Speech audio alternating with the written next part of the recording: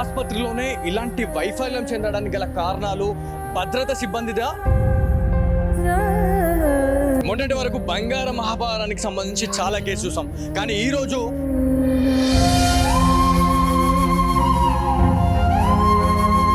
ప్రభుత్వ ఆసుపత్రిలో దాదాపు 250కు పైగా సీసీ కెమెరా నిఘా ఉన్నా కూడా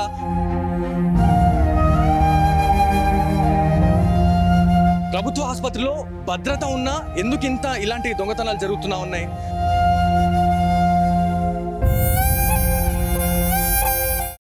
ఇప్పటికే ప్రభుత్వ ఆసుపత్రికి సంబంధించి చాలా ఇన్సిడెంట్స్ అనేది మనం చూడడం జరిగింది.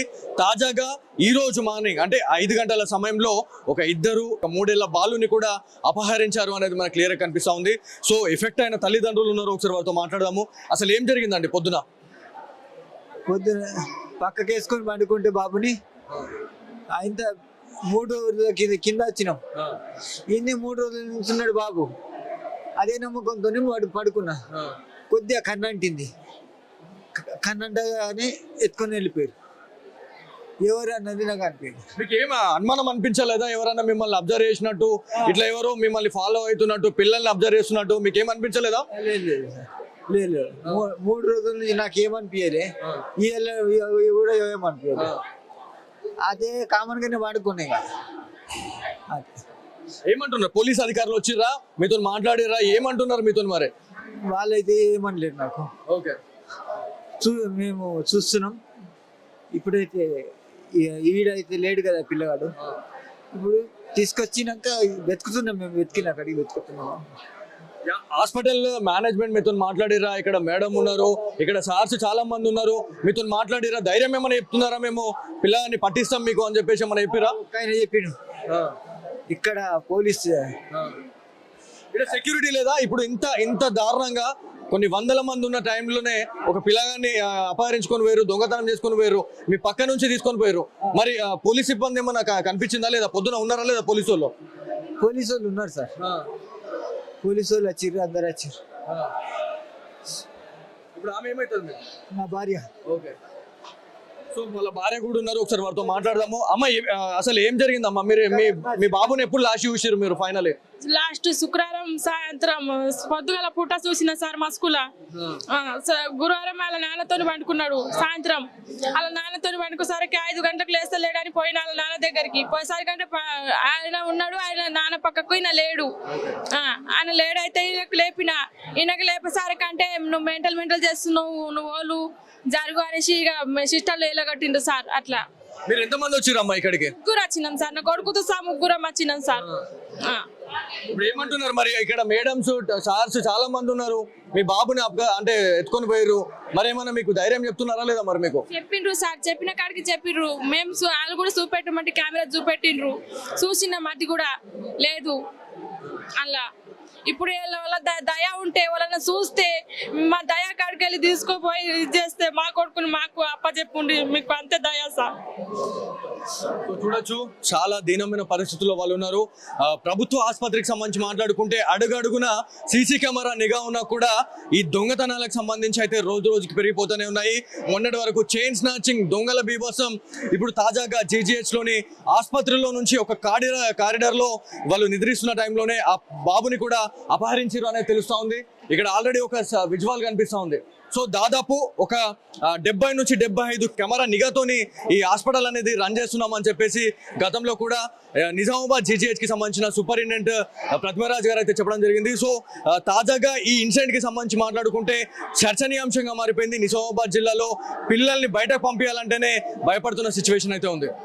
ఎవరైతే నిన్న వచ్చిన వాళ్ళు పేరెంట్స్ ఎవరైతే ఉన్నారో కందకుర్తి, అదేవిధంగా మాణిక్ బండారికి సంబంధించిన గ్రామస్తులుగా కూడా మనకు చెప్పడం జరుగుతూ ఉంది. గత 3 రోజుల క్రితం వాళ్ళు చెకప్ లో భాగంగా వాళ్ళు చూసుకోవడానికి వచ్చారు.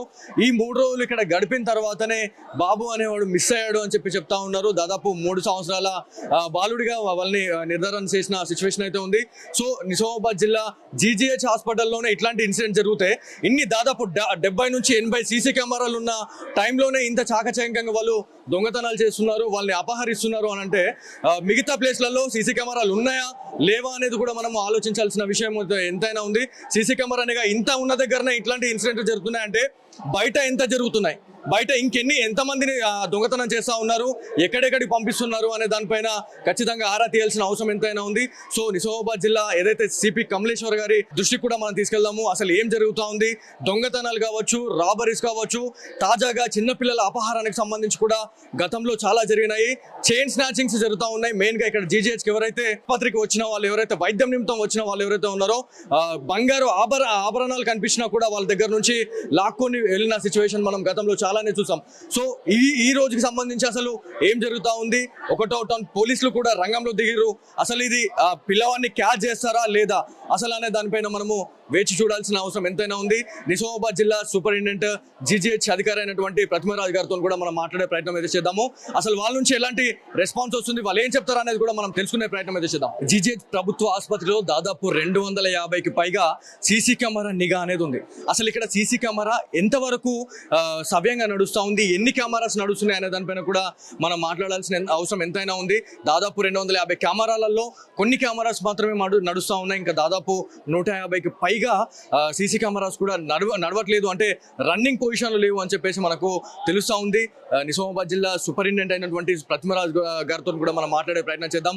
అసలు సీసీ కెమెరా నిఘా పెట్టిన తర్వాత ఎందుకు నడవట్లేదు అనే దానిపైన కూడా మనం ఆరా తీసే సిచ్యువేషన్ అయితే ఉంది. సో ఇది ఇది మనకి ఫస్ట్ ఫ్లోర్ లో సంబంధించిన విజువల్స్. ఎవరైతే డెలివరీ కోసం వచ్చిన వాళ్ళు ఎవరైతే ఉన్నారో, డెలివరీ అయిన తర్వాత వాళ్ళ కిందికి వెళ్తూ ఉంటారు, పైనకి వెళ్తూ ఉంటారు, చెకప్స్ అనేవి ఉంటాయి, వాళ్ళు మెడికల్ పరంగా చూపించుకుంటూనే ఉంటారు. సో ఇంతమంది ఉన్నప్పుడే వాళ్ళు ఇలాంటి దొంగతనాలు చేస్తున్నారంటే సీసీ కెమెరా లేని చోట ఇట్లాంటి దొంగతనాలు ఎన్ని అవుతున్నాయి, పిల్లల్ని ఎంతమంది ఎవరెవరు వచ్చి ఎక్కడెక్కడి నుంచి వచ్చి వాళ్ళు తీసేసుకొని పోతున్నారు అనే దానిపైన కూడా మనము ఖచ్చితంగా ఫోకస్ చేయాల్సిన అవసరం ఎంతైనా ఉంది. గవర్నమెంట్ హాస్పిటల్లో ఇప్పటికే దాదాపు 10 మంది పోలీస్ సిబ్బంది కూడా ఉంటారు. పోలీస్ సిబ్బంది కళ్ళు కప్పి మరి వీళ్ళు వెళ్ళిపోయారు అంటే అసలు పోలీస్ అధికారులు ఆ టైంకి ఏం చేస్తున్నారు అనే దానిపైన కూడా మనం మాట్లాడాల్సిన అవసరం ఎంతైనా ఉంది. మార్నింగ్ టైంలో పోలీస్ అధికారులు ఎవరైతే ఇక్కడ భద్రతా సిబ్బంది ఎవరైతే ఉన్నారో వాళ్ళు సవ్యంగా డ్యూటీ చేస్తున్నారా లేదా, ఒకవేళ నైట్ ఎవరైతే నైట్ షిఫ్ట్ లో పోలీస్ సిబ్బంది ఎవరైతే ఉన్నారో వాళ్ళు ఏం చేస్తున్నారు, మరి వాళ్ళు కూర్చుంటున్నారా, ఏమన్నా ఉంటున్నారా, లేకపోతే నిద్రపోతున్నారా అనేది ఖచ్చితంగా క్వశ్చన్ మార్క్ అయితే వస్తుంది. ఒకవేళ పోలీస్ భద్రత అనేది కరెక్ట్ ఉండున్నట్లయితే నిన్న ఆ పిల్లవాడికి సంబంధించి దొంగతనం జరిగేది కాదు అని చెప్పేసి పేరెంట్స్ నుంచి డైరెక్ట్ వాళ్ళు క్వశ్చన్ చేస్తున్న సిచ్యువేషన్ అయితే ఉంది.